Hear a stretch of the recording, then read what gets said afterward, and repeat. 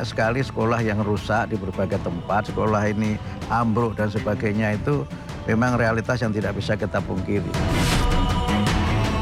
Pak Presiden menargetkan sampai akhir tahun 2028 semua sekolah yang rusak sudah kita perbaiki. Ada prioritas untuk bagaimana meningkatkan mutu. Pak Presiden dalam hal ini, dalam kaitan yang pertama ini adalah revitalisasi dan digitalisasi. Pemenuhan kualifikasi guru. Karena ada ratusan ribu guru kita yang belum D4 atau S1.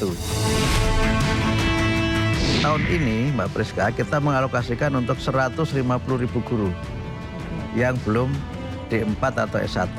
Nah, tunjangan profesi ini untuk guru ASN itu sebesar gaji pokok.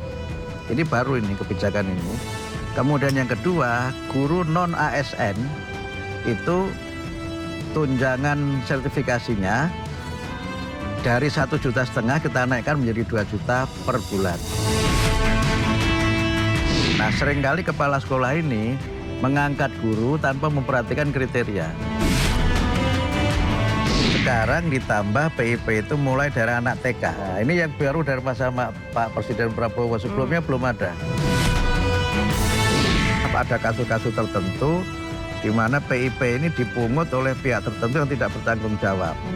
Nah, ini yang kami harapkan supaya disiplin penggunaan, kemudian jangan ada yang menyalahgunakan, sehingga PIP ini betul-betul dapat dirasakan manfaatnya oleh yang berhak menerima.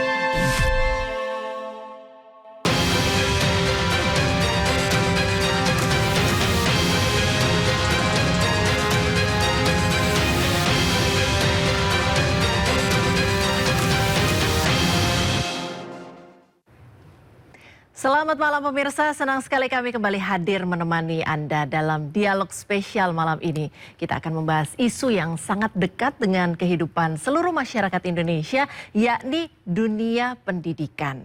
Bicara soal pendidikan, sesungguhnya kita sedang bicara tentang masa depan bangsa. Namun di tengah semangat transformasi pendidikan, berbagai pertanyaan juga terus muncul di masyarakat. Mulai dari implementasi kurikulum di Indonesia, polemik zonasi hingga kualitas pendidikan yang dinilai belum merata. Dan malam ini kita akan membahas semuanya secara terbuka langsung bersama Menteri Pendidikan Dasar dan Menengah Republik Indonesia, Profesor Dr. Abdul Muti. Bersama saya Priska Papilaya. Inilah spesial One on One.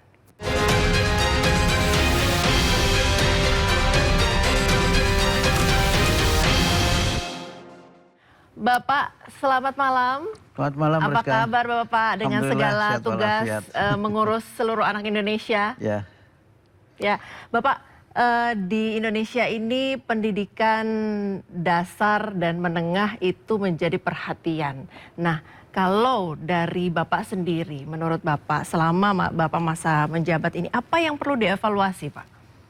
Ya banyak, banyak yang harus dievaluasi, dan biasanya masyarakat kan memberikan catatan, yang catatan itu menjadi input bagi kami untuk memperbaiki aspek mana dari pendidikan yang harus segera kita sempurnakan.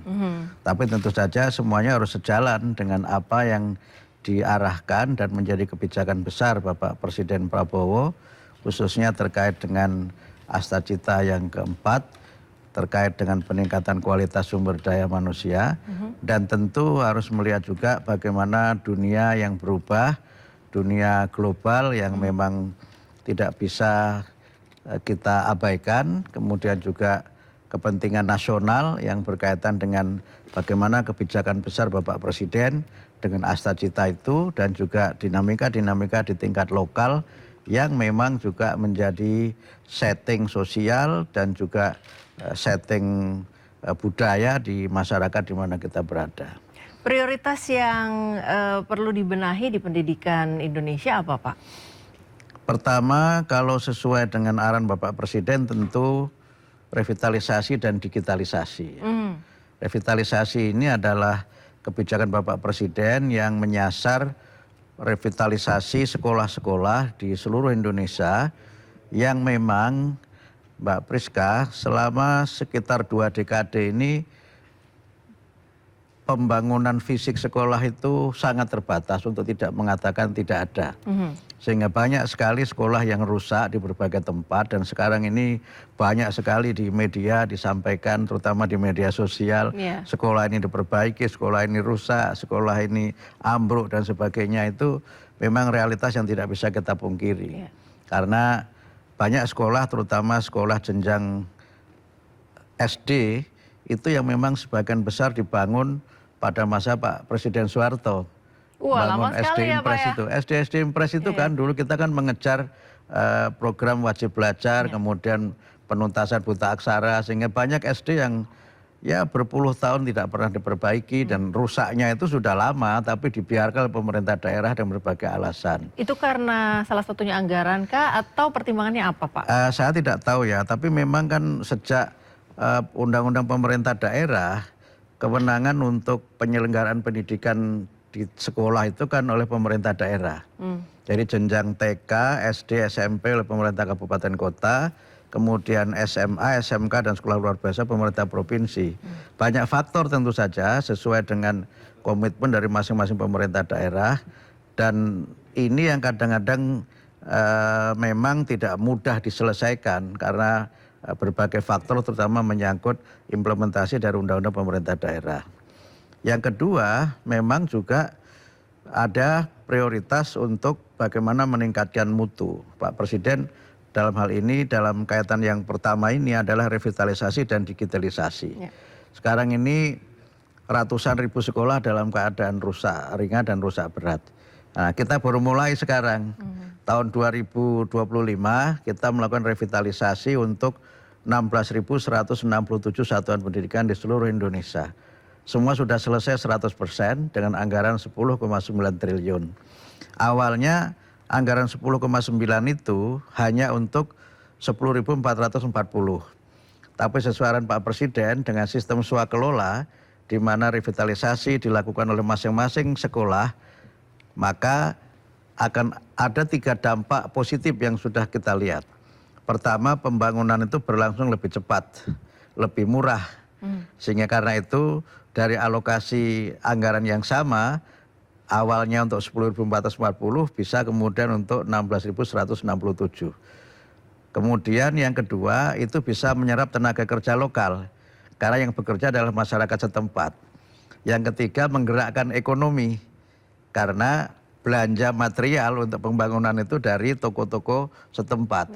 Nah itu yang pertama revitalisasi. Yang kedua adalah digitalisasi.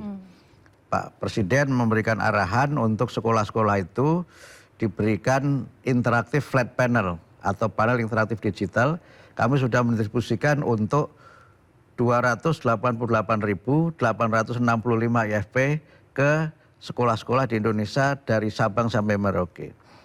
Dan kami tidak hanya mengirimkan IFP saja, tapi kami juga melatih guru untuk bisa mengoperasionalkan IFP itu. Yang kedua, untuk sekolah-sekolah yang belum punya internet, kami bantu untuk ada jaringan internetnya. Yang belum punya internet dan listrik, kita bantu dua-duanya. Kita bantu internetnya dan jaringan listriknya. Dan untuk materinya, itu bisa diperoleh dari, pertama IFP itu di dalamnya sudah ada materi yang mereka bisa langsung pakai. Yang kedua bisa dari rumah pendidikan yang kami sediakan di kementerian. Yang ketiga mereka bisa download dari berbagai layanan yang ada. Sehingga dengan cara demikian maka kita perbaiki fisiknya, kemudian kita lengkapi sarananya. Ini yang pertama yang kami lakukan. Karena memang itu sangat tangible ya, sangat kelihatan dan ini yang kadang-kadang juga sangat menjadi perhatian masyarakat. Nah yang kedua adalah peningkatan kesejahteraan guru. Guru ini ada 3 yang kami lakukan Mbak Priska. Pertama kami melakukan pemenuhan kualifikasi guru. Karena ada ratusan ribu guru kita yang belum D4 atau S1. Sementara persyaratan di Undang-Undang Guru dan Dosen itu, guru sekurang-kurangnya berpendidikan D4 atau S1. Nah tahun 2025 kami memberikan beasiswa kepada guru yang belum memenuhi kualifikasi untuk 12.500 guru dengan beasiswa 3 juta per semester. Sistemnya RPL, rekognisi pembelajaran lampau, sehingga mereka belajar antara 2 sampai 4 semester karena pengalaman mengajar mereka dihitung sebagai pemenuhan SKS. Tapi artinya dalam proses belajar itu meninggalkan tugas mengajar dulu atau bagaimana? Nah, nanti saya jelaskan lagi. Nah, yang kedua, tahun ini Mbak Priska, kita mengalokasikan untuk 150.000 guru yang belum D4 atau S1 dengan skema yang sama. Nah, kembali ke pertanyaan tadi, kami ada kebijakan 1 hari belajar guru. Jadi 1 hari di mana guru itu tidak mengajar. Nah, dengan dia tidak mengajar, dia bisa menggunakan hari itu untuk kuliah. Tapi sebagian besarnya karena program ini RPL, maka dia tidak kuliah reguler yang masuk setiap hari, tapi dirancang oleh perguruan tinggi mitra itu supaya masuknya di weekend. Nah, sehingga tidak mengganggu proses jam belajar, mengajar guru. Dan juga tadi ada kebijakan 1 hari belajar guru. Dan Mbak Priska, kegiatan guru belajar itu kami hitung sebagai bagian dari pemenuhan tugas guru. Jadi tugas guru menurut undang-undang itu kan harus melaksanakan 5 tugas. Menyiapkan pembelajaran, mengajar, menilai, kemudian membimbing, dan meningkatkan kualitas untuk belajar. 5 jadi itu masuk di nomor 5 masuk ya, di nomor Pak, 5. ya? Dan itu dihitung. Sehingga guru dengan kebijakan ini, dia tidak harus mengajar di kelas tatap muka 24 jam. Bisa kurang dari 24 jam, minimal 16. Nah, pemenuhan sampai 24 itu salah satunya dari dia belajar. Ya. Nah, jadi kuliah guru lagi. Betul, jadi guru nggak perlu khawatir untuk dia tidak memenuhi 24, ya, memenuhi kewajiban, dan juga sekolah tidak perlu khawatir guru tidak mengajar karena memang sudah kita berikan kelonggaran kebijakan untuk dia bisa belajar di kebijakan 1 hari belajar guru itu. Kemudian yang ditunggu banyak sekali orang adalah peningkatan kesejahteraan guru. Nah, peningkatan kesejahteraan guru ini kami lakukan melalui peningkatan sertifikasi. Nah, sertifikasi itu syaratnya 3, Mbak. Ini yang saya perlu jelaskan ke masyarakat. Pertama, dia harus D4 atau S1. Itu syarat pertamanya itu. Makanya kuliah tadi ya, Pak? Makanya kuliah tadi. Betul, ya. Nah, yang kedua, dia harus lulus PPG. Pendidikan Profesi Guru. Pendidikan Profesi Guru ini ada 2 kategori. PPG dalam jabatan dan PPG prajabatan. Nah, dalam jabatan ini untuk guru yang sudah mengajar. Dalam yang pra ini yang mereka yang memang belum mengajar. Nah, yang ketiga, dia harus memenuhi tadi ketentuan jam mengajar minimal. Nah, kalau 3 ini terpenuhi, maka dia mendapatkan tunjangan sertifikasi. Nah, sertifikasi ini kami jelaskan diberikan untuk baik guru ASN maupun guru non-ASN. Jadi yang dikenal di undang-undang itu bukan guru honorer, mohon maaf. Di Undang-Undang 20/2003 itu sebutan untuk honorer itu adalah non-ASN. Ini yang seringkali di masyarakat rancu. Nah, tunjangan profesi ini untuk guru ASN itu ada 2, PNS dan P3K, itu sebesar gaji pokok. Ini baru ini kebijakan ini. Kemudian yang kedua, guru non-ASN itu tunjangan sertifikasinya dari 1,5 juta kita naikkan menjadi 2 juta per bulan. Nah, ada lagi guru non-ASN yang kita berikan insentif. Jadi Mbak Priska, guru non-ASN ini ada 2 kategori guru honorer itu. Pertama, yang dia memenuhi ketentuan sehingga dapat sertifikasi. Yang kedua, yang tidak memenuhi ketentuan sehingga tidak mendapatkan sertifikasi. Tapi yang tidak mendapatkan sertifikasi ini kami berikan insentif. Insentifnya dulu diberi insentif itu 300.000 per bulan. Sekarang insentifnya 400.000 per bulan. Nah, harapan kami dengan pemenuhan kualifikasi, peningkatan kompetensi, dan pemenuhan atau peningkatan kesejahteraan, guru ini dapat mengajar lebih baik.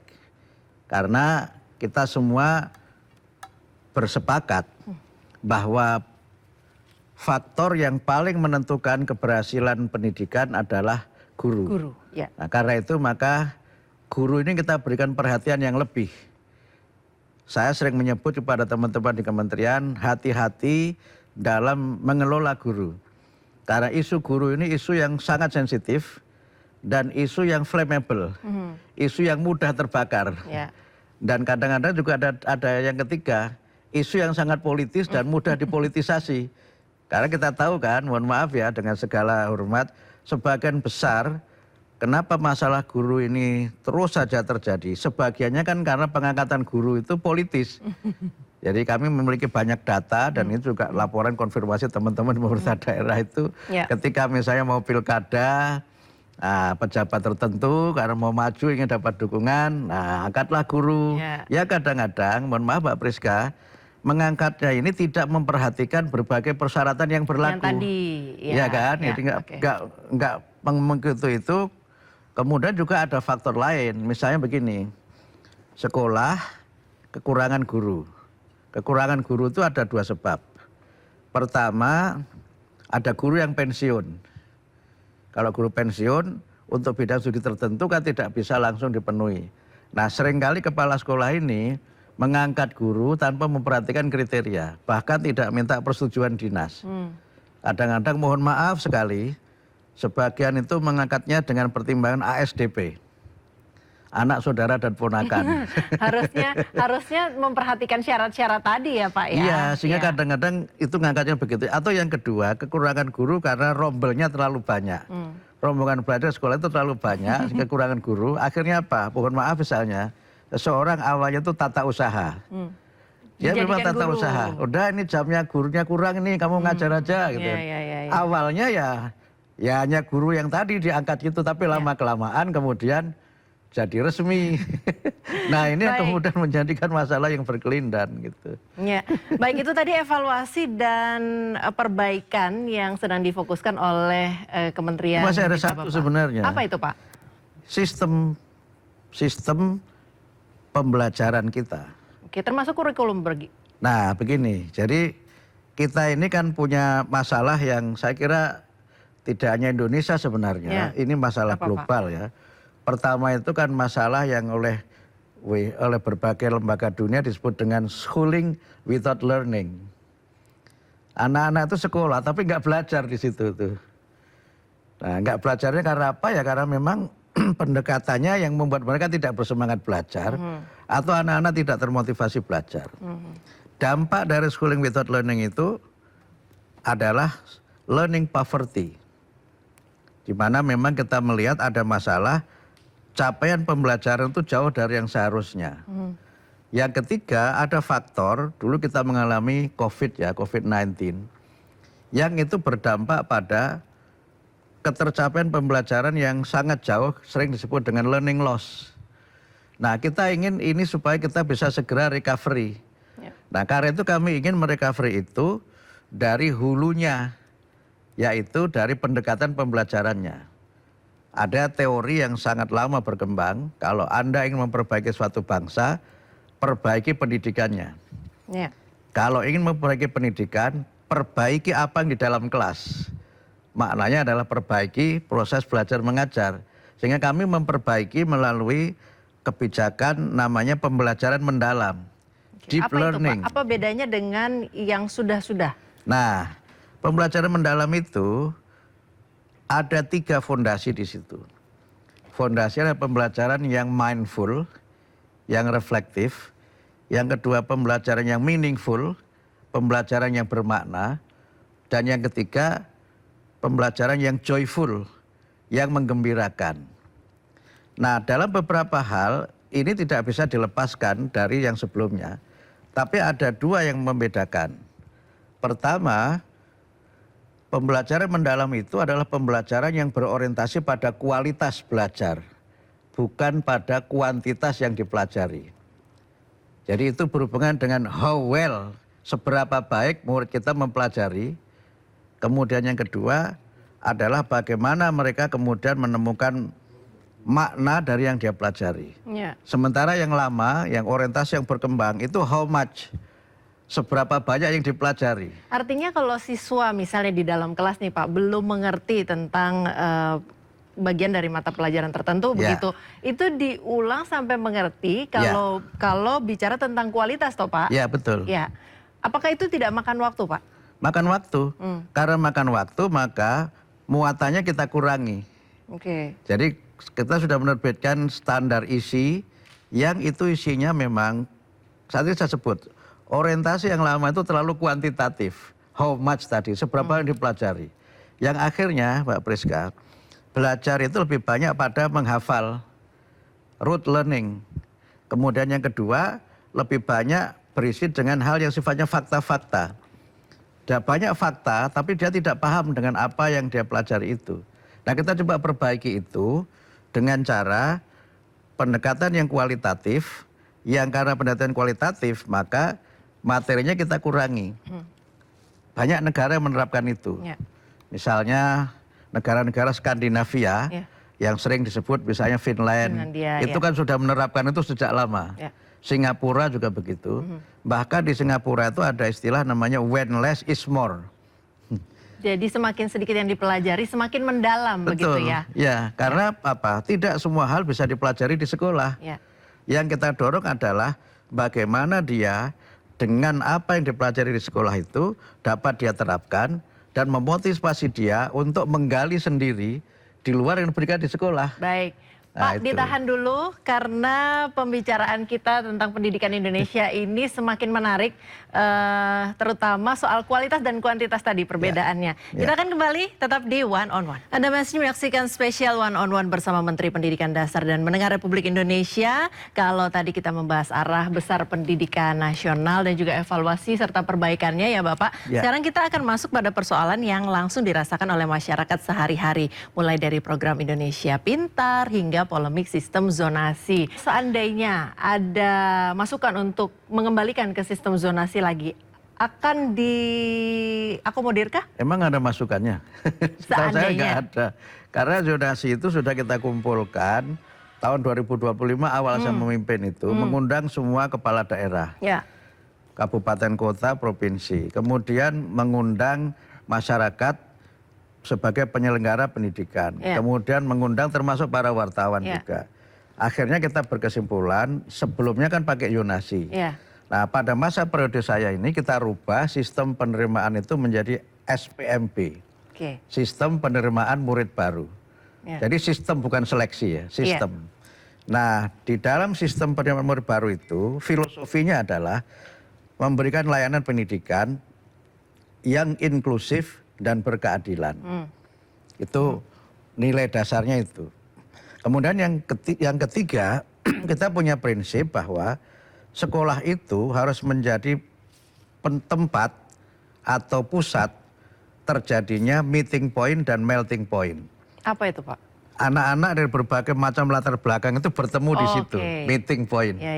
Nah, melting point adalah karena mereka berada di tempat yang sama, kita bentuk dia menjadi anak-anak Indonesia seperti yang dicita-citakan dalam Undang-Undang Dasar dan Undang-Undang Pendidikan. Artinya saling menyesuaikan diri di situ ya Pak? Betul. Nah, di situ kemudian kita melalui SPMB ini, jalur masuk sekolah itu ada 4, tidak cuma 1. Kalau zonasi kan cuma 1 tempat tinggal. Ini sekarang ada 4, yaitu domisili, yang kedua prestasi, yang ketiga afirmasi, yang keempat mutasi. Apa bedanya sistem zonasi dengan yang domisili tadi Pak? Beda, kalau zonasi kan menurut tempat tinggalnya dia di zona mana. Kalau domisili ada tempat tinggalnya dia.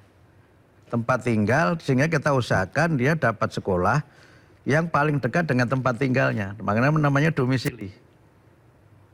Nah, sehingga karena itu bisa saja ini nyebrang antar daerah. Yang penting dekat. Betul. Itu kan dekat. Sehingga kita coba kembangkan itu. Nah, yang kedua prestasi.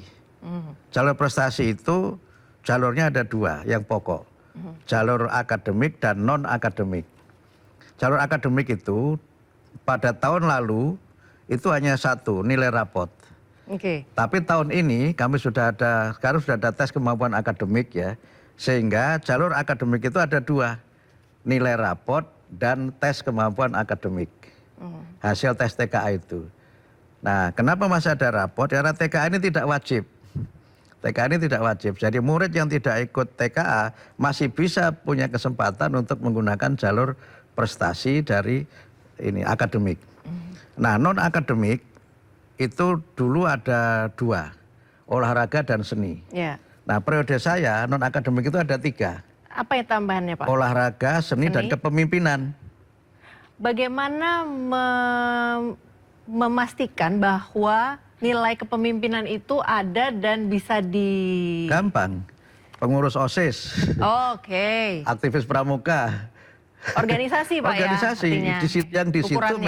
yang di situ memang ada leadership kan. Ya. Jadi pengurus OSIS itu jelas teruji dong kemampuannya, apalagi di beberapa sekolah itu kan pakai kampanye kayak. Berarti sekarang anak-anak pada berlomba masuk OSIS dan pramuka dong, Pak, ya, supaya Iya, bisa dapat ini ya. Dan itu penting. Sekarang Ya. pramuka menjadi ekstrakurikuler wajib.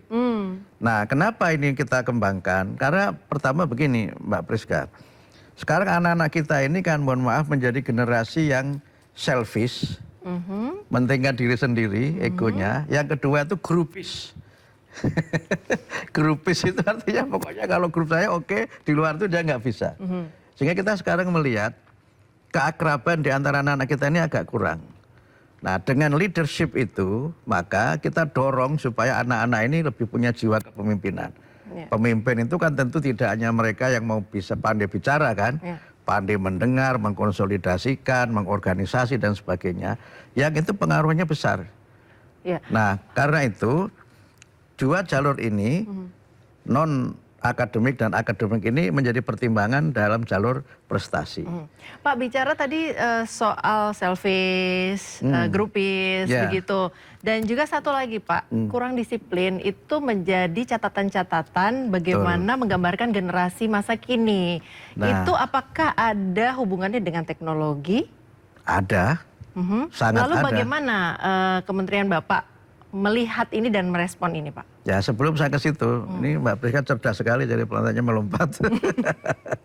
Yang ketiga itu jalur afirmasi. Afirmasi, ya. Nah, afirmasi itu untuk 2 kelompok murid. Satu, mereka yang dari keluarga tidak mampu. Oke.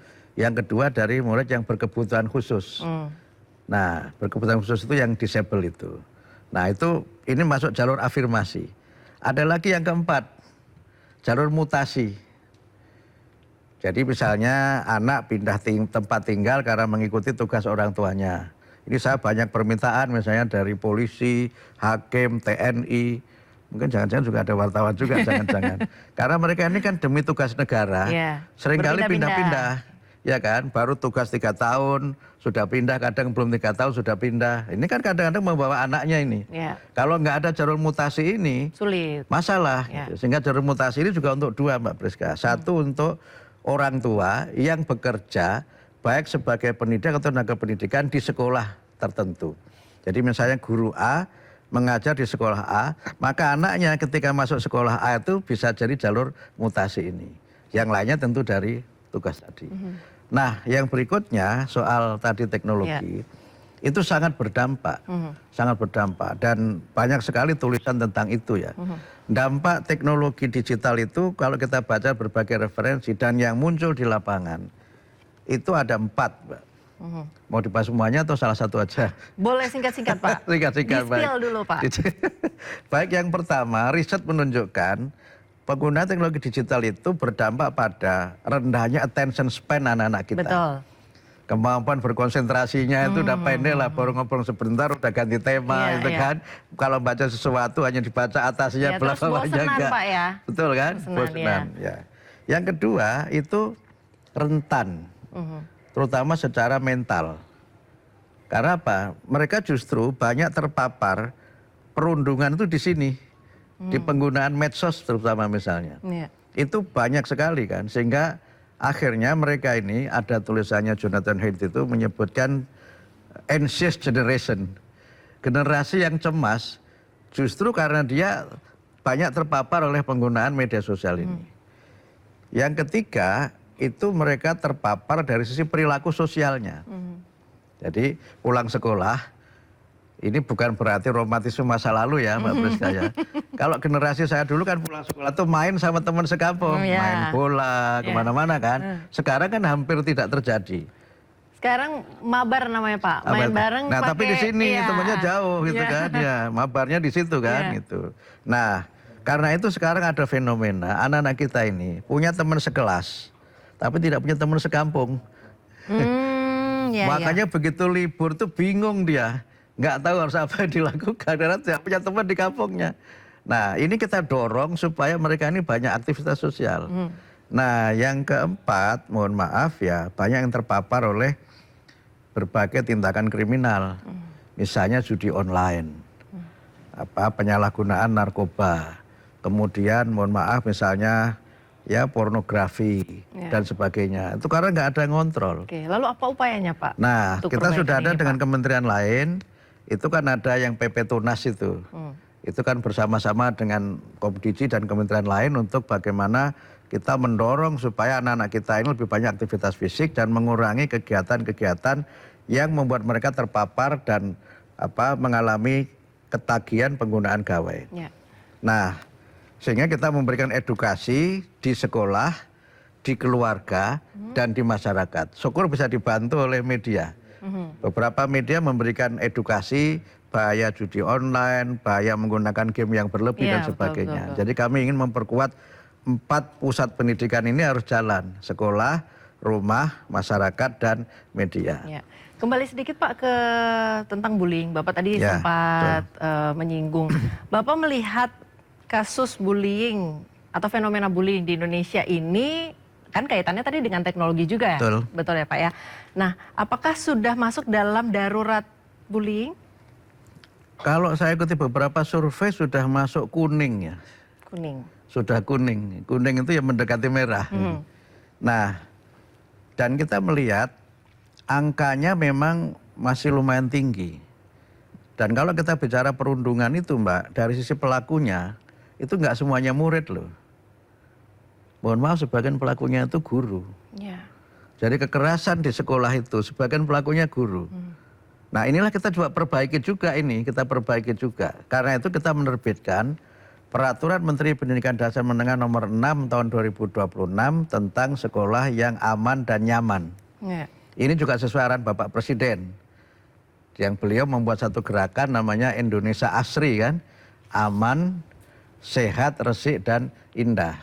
Bahkan untuk gerakan ini kami melakukan 3 kebijakan Mbak. Kalau tadi 4 sekarang agak 3 lah biar agak cepat ya. Yang pertama itu gerakan 7 kebiasaan anak Indonesia hebat. Kegiatannya itu meliputi bangun pagi, beribadah, berolahraga, makan sehat bergizi, gemar belajar, bermasyarakat, dan tidur cepat. Ini sudah berjalan, kami tetapkan di bulan Desember tahun 2024. Artinya ini membentuk budaya disiplin juga, Betul. Bapak ya? Bangun pagi kan disiplin. Iya. Mohon maaf ya, anak-anak kita ini kan sebagai anak-anak Tidurnya nokturnal. malam, betul. Tidurnya malam, Nokturnal kan? bangunnya siang. Nah, ya saya sering bercanda menyebut kelelawar. Kalau malam entah kemana, pagi-pagi waktunya bangun malah tidur gitu kan. Dan itu kan dampaknya sangat besar Mbak Priska. Misalnya pada sisi stamina fisik. Ya. Kemudian kemampuan berkonsentrasi. Dan banyak aspek lain yang tidak baik kalau terbiasa tidur lambat. Ya. Kalau wartawan saya nggak tahu ya tidurnya jam berapa. Kemudian kebiasaan beribadah. Ya.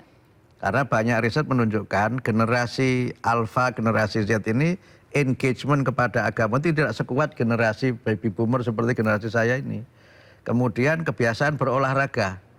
Nah, karena itu kita juga ada kebiasaan kedua namanya Pagi Ceria, Mbak. Pagi Ceria itu program yang kita kembangkan di sekolah sebelum masuk pembelajaran, minimal seminggu 2 kali, 3 kegiatan. Menyanyikan lagu Indonesia Raya untuk memupuk rasa cinta tanah air. Yang kedua, senam anak Indonesia hebat. Nah, ini senam sekarang kita ciptakan senam. Yang ketiga, berdoa, baru kemudian masuk ke kelas. Itu dalam rangka tadi memberikan mereka lebih banyak kegiatan yang sifatnya fisik. Nah, yang ketiga adalah bagaimana kita dorong mereka untuk banyak terlibat dalam kegiatan ekstrakurikuler. Nah, termasuk salah satunya pramuka itu kita jadikan sebagai ekstrakurikuler wajib. pramuka dan kepanduan itu menjadi ekstrakurikuler wajib di semua jenjang. Sehingga dengan banyak aktivitas fisik ini dan aktivitas sosial, kita berharap agar anak-anak kita ini mengisi waktunya dengan kegiatan-kegiatan yang bermanfaat. Ya, tapi Pak, dengan niat baik mengisi sepanjang hari dengan kegiatan-kegiatan positif dan juga membentuk kedisiplinan ini, apakah memastikan bahwa paparan informasi, paparan hal-hal yang dari media sosial misalnya berkaitan dengan teknologi itu tidak terlalu mempengaruhi bagian bullying tadi, Pak?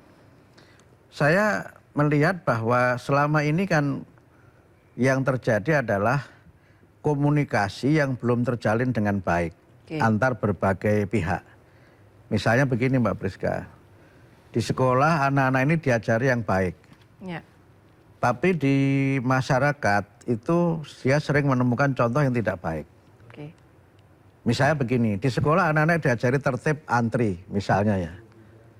Sopan santun, dia patuh di situ. Tapi begitu di masyarakat, dia menemukan realitas yang berbeda. Ya. Kadang-kadang. Bagaimana memastikan bahwa itu menjadi sejalan sehingga anak-anak kita itu terbebas dari bullying, Pak? Disitulah pentingnya pendidikan berbasis masyarakat.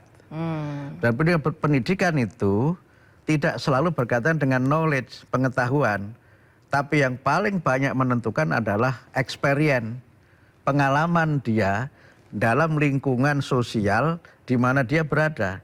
Dan banyak teori yang menunjukkan bahwa pengalaman-pengalaman sosial itu punya pengaruh yang lebih kuat untuk membentuk karakter seseorang dibandingkan dengan pengetahuan mengenai sesuatu. Dan inilah yang ingin kita tekankan, makanya tadi 7 kebiasaan itu melibatkan orang tua, melibatkan masyarakat, melibatkan guru. Ya, artinya bukan hanya anak-anaknya yang dikondisikan, tetapi lingkungannya harus juga semuanya, ya? Harus semuanya. Gitu. Nah ini yang ini coba kita bangun bersama-sama. Tapi kan ini proses ya. Ini proses, jadi memperbaiki perilaku. Butuh waktu. Butuh waktu. Ya, butuh waktu untuk membentuk budaya baru ya Pak? Betul, dan butuh konsistensi. Dan butuh ekosistem. Nah inilah yang coba kita bangun bersama-sama. Targetnya bagaimana Pak? Ya tentu kita berusaha untuk secara bertahap sudah mulai kita perbaiki. Sehingga karena itu penggunaan media sosial itu kan dibatasi sekarang. Dengan peraturan bersama menteri itu kan sekarang dibatasi untuk mereka yang di bawah 16 tahun kan tidak diperbolehkan. Nah, mudah-mudahan ini bisa jalan. Nah, tentu bisa berjalan dan tidaknya ini kan nggak bisa sendiri Pak. Nggak bisa sendiri. Sehingga karena itu memang harus ada dukungan berbagai pihak. Dan membentuk karakter ini lebih sulit daripada membangun gedung. Mohon maaf, kalau membangun gedung itu kita bisa selesaikan pembangunan itu 6 bulan. Hasilnya kelihatan. Tapi merubah perilaku 6 bulan itu belum tentu kelihatan hasilnya seperti membangun gedung. Karena itu butuh proses yang sangat lama. Dan karena itu kami mohon dukungan dari masyarakat agar kebijakan-kebijakan ini dapat berjalan secara gradual dan ada progres yang mulai kelihatan. Baik, kita tadi sudah bicara soal guru, soal kurikulum, revitalisasi sekolah, teknologi dan digital juga. Kita masih akan kembali, nanti akan bicara soal program Indonesia Pintar untuk anak-anak Indonesia. Sesaat lagi pemirsa, usai jeda. Kembali di One on One pemirsa bersama Bapak Abdul Muti masih membicarakan tentang pendidikan anak Indonesia. Kali ini kita akan bicara soal program Indonesia Pintar, Pak. Bagaimana program ini sekarang berjalan? Alhamdulillah program ini masih terus berjalan. Dimulai dulu pada masa Pak Presiden SBY ya, dulu sudah mulai berjalan program ini. Terus lanjutkan pada masa Pak Jokowi dan sekarang masa Pak Prabowo. PIP ini diperluas. Jadi kalau dulu PIP itu kan hanya untuk anak SD, SMP, dan SMA. Nah sekarang ditambah Mbak. Sekarang ditambah PIP itu mulai dari anak TK. TK udah dapat PIP? TK dapat PIP. Nah ini yang baru dari masa Pak Presiden Prabowo, sebelumnya belum ada. Nah TK ini mendapatkan PIP 450.000 per tahun. tahun ini khusus untuk TK saja kita alokasikan untuk 888.000 penerima TK. Karena ini dalam rangka menyukseskan wajib belajar 13 tahun yang dimulai dari taman kanak-kanak 1 tahun sebelum sekolah dasar. Ya. Yang lainnya masih tetap sama. Kemudian yang kedua, selain PIP ini, kami juga memberikan bantuan, ini juga sudah lama, dana BOS. Dana BOS masih berjalan. Nah, bedanya kalau dana BOS itu kan dihitung berdasarkan jumlah murid. Kalau PIP ini diberikan kepada mereka yang tidak mampu dalam kategorisasi DTSEN yang kita miliki itu adalah mereka yang dari keluarga desil 1 sampai dengan desil 5. Ini penerima PIP. Kita juga ada program namanya ADEM. Ini untuk mereka yang dari daerah-daerah tertinggal sama program ADIK. Ini juga untuk mereka yang memang dari masyarakat yang dari tidak mampu, kawasan tertinggal dan sebagainya itu. Ini dalam rangka kita bisa memberikan dukungan pendidikan bagi anak-anak kita, terutama dari keluarga desil 1 sampai 5 tadi itu. Dan sekarang saya kira seperti yang dulu juga memang masih transfer langsung ke masing-masing anak. PIP itu transfer langsung ke masing-masing anak. Nah untuk yang kecil tadi SD sama TK tentu transfernya ke bisa rekening guru, bisa rekening orang tua. Tapi mayoritasnya orang tua karena haknya ada pada anak bukan pada sekolah. Nah ini yang terus kita lakukan. Dan karena itu kami minta dukungan masyarakat agar PIP ini dapat dipergunakan sebagaimana mestinya. Ya.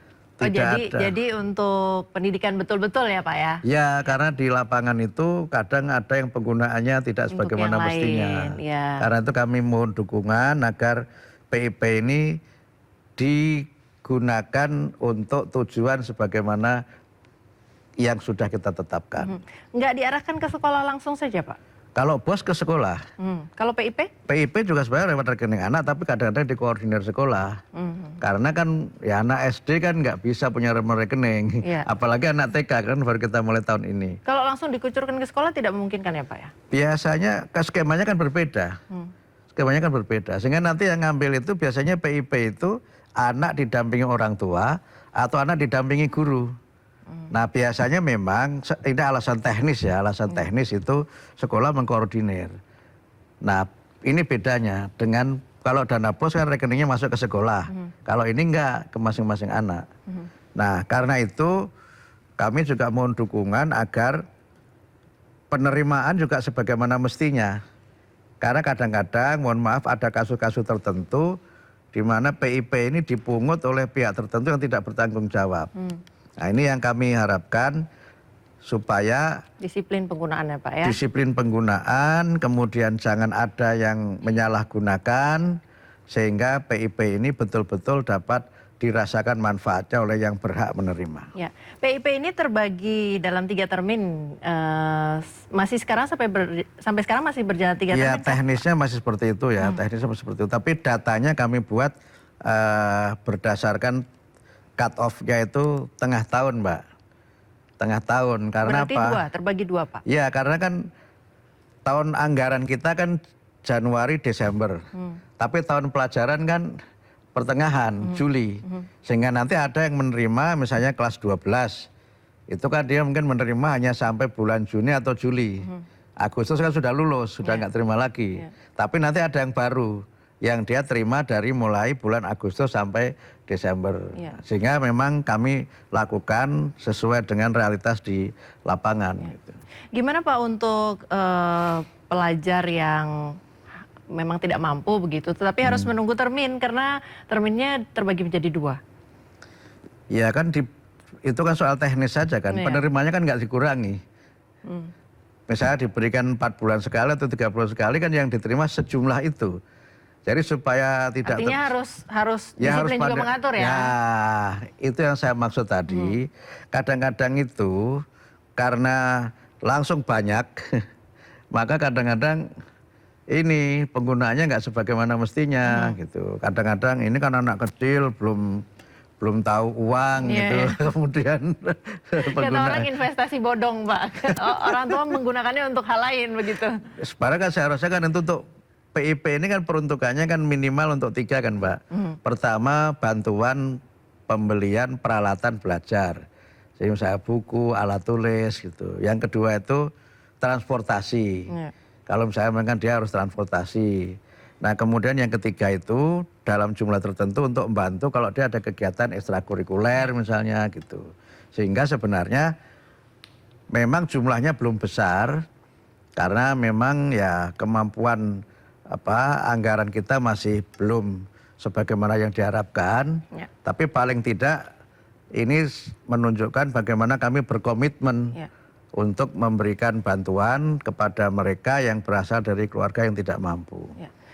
Tahun ini penerimanya 19,4 juta penerima. Ya Pak, dengan anggaran yang tadi Bapak sebutkan masih terbatas itu, dengan PIP, BOS dan beberapa dukungan untuk pendidikan anak Indonesia, bagaimana memastikan itu tepat sasaran Pak? Dan apakah yang sudah berjalan saat ini 100% tepat sasaran? 100% tidak. Saya katakan 100% tidak. Karena itu ada temuan BPK misalnya yang menyebutkan ada yang memang tidak berhak menerima tapi menerima. Misalnya tadi gini Mbak Priska, penerima itu kan desil 1 sampai 5. Di lapangan ada yang desil 6 yang menerima. Nah yang begini-begini ini kan memang tidak selalu mudah gitu. Tidak selalu mudah karena ya berbagai faktor. Karena itu kami berusaha memperbaiki mekanisme penyaluran dan perbaikan pendataan. Sehingga sekarang tahun 2026 ini PIP itu kami tetapkan penerimanya berdasarkan data BPS. Mereka yang berasal dari desil 1 sampai 6 itulah yang kita berikan PIP. Nah mudah-mudahan dengan data yang semakin terkonsolidasi dan semakin valid, kita bisa menyampaikannya dengan sebaik-baiknya. Seberapa jauh sih Pak kita dengan kondisi data yang valid itu? Kondisi saat ini menuju ke kondisi data yang valid yang untuk memastikan kalau bahwa... Kalau di persentase di atas 90% sesuai dengan sasaran. Cuma kadang-kadang kan yang sesuai dengan sasaran itu tidak muncul di permukaan. Yang muncul di permukaan adalah yang tidak sesuai. Misalnya begini, murid, tadi kan saya bilang murid A, sekarang ganti murid B lah gitu ya. Murid B menerima PIP, ternyata HP-nya itu rusak. Merek tertentu yang harganya tidak menunjukkan desilnya. Nah gitu, misalnya begitu Mbak Priska, paham maksud saya? Nah sebabnya banyak, kami tahu sebabnya banyak. Karena itu kami mencoba memperbaiki ini supaya tepat sasaran. Tapi ada yang memang berhak malah tidak menerima. Nah disinilah kita berusaha untuk memadukan data, konsolidasi data antara data yang ada di BPS dengan yang ada di kami. Kemudian kami juga terus, ini juga tidak langsung otomatis Mbak Priska, validasinya 2. Pertama dari sekolah. Sekolah itu memvalidasi data yang kami sampaikan itu. Benar nggak ini menurut sekolah itu? Nah yang kedua kemudian sekolah ini menyampaikannya kepada dinas. Nah jadi kita sebenarnya cek and recheck data itu terus kami lakukan untuk memastikan bahwa PIP ini tepat sasaran dan tidak disalahgunakan. Baik. Gitu. Ya dari semua PR pendidikan anak Indonesia Pak, apa sih Pak yang paling urgent untuk diselesaikan segera? Guru. Apa yang perlu diselesaikan dari isu guru Pak? Pertama kompetensi guru. Kompetensi guru kita itu kan dulu pernah diuji ya pada masa menteri sebelum saya. Itu memang secara pedagogik itu memang belum sebagaimana yang seharusnya. Kemudian yang kedua guru lagi itu soal ini Mbak, mohon maaf, soal integritas ya. Karena itu kami sering sekali mengatakan guru itu tidak hanya sebatas agent of learning, agen pembelajaran, tapi juga agent of civilization, agen peradaban. Sehingga guru kami harapkan dapat menjadi teladan bagi murid-muridnya, kembali kepada motivasi menjadi guru. Nah, karena itu kami berusaha meningkatkan kompetensi tadi itu tidak hanya kompetensi pedagogik, tapi kompetensi-kompetensi lain yang berkaitan dengan undang-undang guru dan dosen. Lagi-lagi kami mengacu pada undang-undang ini. Kompetensi akademik, kompetensi pedagogik, kompetensi sosial, ini nggak kalah pentingnya, kemudian kompetensi moral. Ini semuanya harus melekat. Nah selama ini mohon maaf, poinnya kan baru pada 1 dan 2 ini. Akademik itu hubungannya dengan content knowledge, pedagogis itu hubungannya dengan the delivery of the knowledge gitu. Nah sosial ini kan hubungannya dengan kepribadian, perilaku, keteladanan, sikap-sikap positif yang bisa menjadi contoh bagi muridnya dan sebagainya. Ini yang terus kami himpun sehingga sekarang pelatihan yang paling banyak di kementerian kami adalah pelatihan untuk para guru. Terutama adalah yang sudah jadi guru. Kita menyebutnya dengan continuing professional development atau in-service training itu. Selain kami juga berusaha bekerja sama dengan LPTK, dengan perguruan tinggi yang memiliki program studi keguruan. Ini juga penting karena produsen guru itu sebagiannya berasal dari situ. Bahkan mungkin sebagian besarnya, walaupun banyak juga guru yang tidak lulusan LPTK, hanya dia sarjana atau S1. Malah ada yang tidak sarjana dan tidak S1, tidak D4. Makanya itu yang tadi Yang mungkin, didorong untuk ya itu yang kita dorong untuk kita tingkatkan ya, itu. belajar kembali. Nah baru yang kedua adalah penguatan karakter.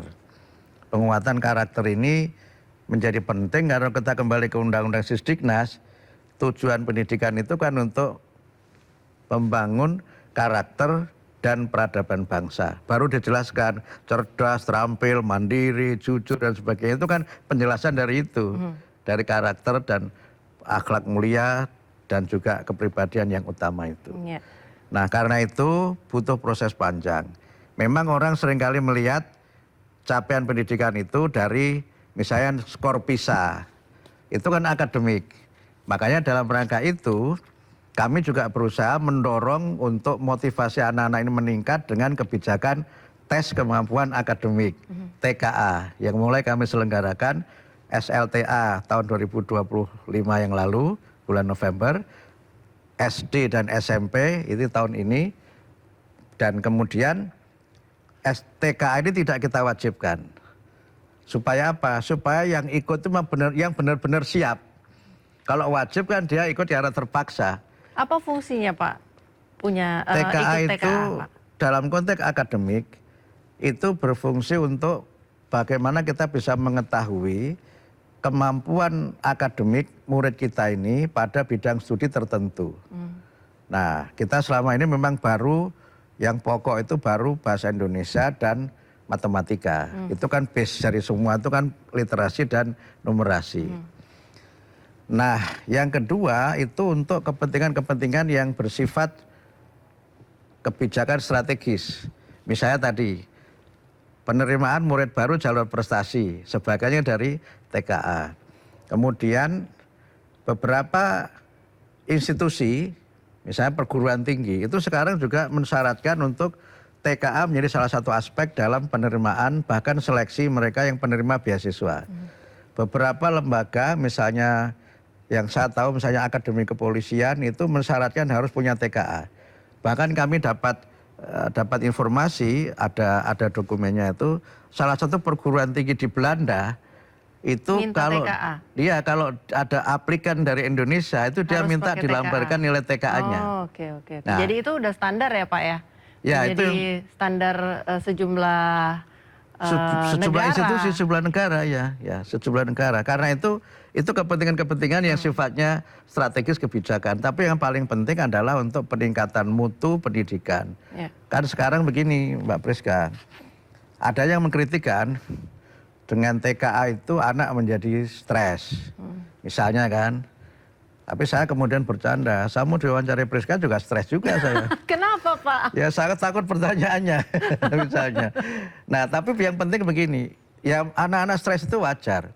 Tapi itu adalah bagian dari bagaimana kita mendidik mereka supaya punya mental yang kuat. Punya semangat daya juang. Kalau orang tidak pernah dites itu nggak punya daya juang. Bagaimana kita bisa mengukur kemampuan kita kalau nggak pernah bertanding misalnya, nggak pernah bertanding. Sehingga misalnya seorang atlet itu akan punya daya juang kalau dia sering bertanding, punya kemampuan mengendalikan diri. Tapi yang ingin saya tekankan, tes kemampuan akademik itu tidak hanya sekedar mengetes kemampuan akademik, tapi juga tes karakter. Sehingga slogan kami itu jujur, gembira. Ya. kita tekankan kejujuran. Artinya TKA ini tidak memberatkan Pak ya? Secara teoretik tidak, karena soalnya juga sedikit dan kita buat. Sedikit tapi sulit gimana Pak? Ya kan sudah diukur. Oh. Soal itu kan tes itu Mbak Priska, kan ada ukurannya. Namanya validitas dan reliabilitas. Dan jangan lupa ini ada yang mengkritik, gimana standar buat nasional. Untuk SD dan SMP itu soalnya tidak semua kita yang buat. Untuk SD itu soalnya sebagian kita buat, sebagian oleh pemerintah kabupaten kota. Untuk SMP soalnya itu dibuat oleh kami di pusat dan sebagian oleh pemerintah provinsi. Jadi disesuaikan dengan masing-masing daerah. Jadi ada akomodasi terhadap budaya lokal, terhadap tingkat kemampuan di daerah tertentu. Ya. Nah, tapi harus ada standar nasionalnya. Supaya kalau tadi mereka mutasi dan sebagainya itu tetap bisa. Ya, jelek banget begitu iya, ya Pak ya. Betul. Ya. Bapak betul. tadi Bapak sebutkan PR utama dari kementerian jajaran Bapak ini tentang guru begitu. Betul. Tapi apa target terbesarnya dalam waktu 1 sampai 2 tahun ke depan Pak? Yang langsung dirasakan oleh masyarakat ya Pak ya? Ya langsung dirasakan tentu ya. Yang pertama tadi yang dari Pak Prabowo. Itu langsung dirasakan itu. Gedung-gedung sekolah yang semakin bagus. Bahkan Pak Presiden menargetkan sampai akhir tahun 2028 semua sekolah yang rusak sudah kita perbaiki. Tahun ini saja Mbak Priska, kita ada alokasi anggaran yang kami sudah mulai laksanakan itu untuk 11.744 satuan pendidikan. Insya Allah akan ada tambahan lagi 60.000. Sehingga tahun ini kita akan melakukan revitalisasi untuk 71.744. Kalau ini bisa dipenuhi setiap tahun, maka mungkin sebelum tahun 2028 sudah kita perbaiki semua. Karena apa? Karena ada partisipasi masyarakat. Inilah hebatnya Indonesia itu. Tidak semua hal menyangkut penyelenggaraan pendidikan itu menjadi tanggung jawab penuh pemerintah. Ada partisipasi masyarakat.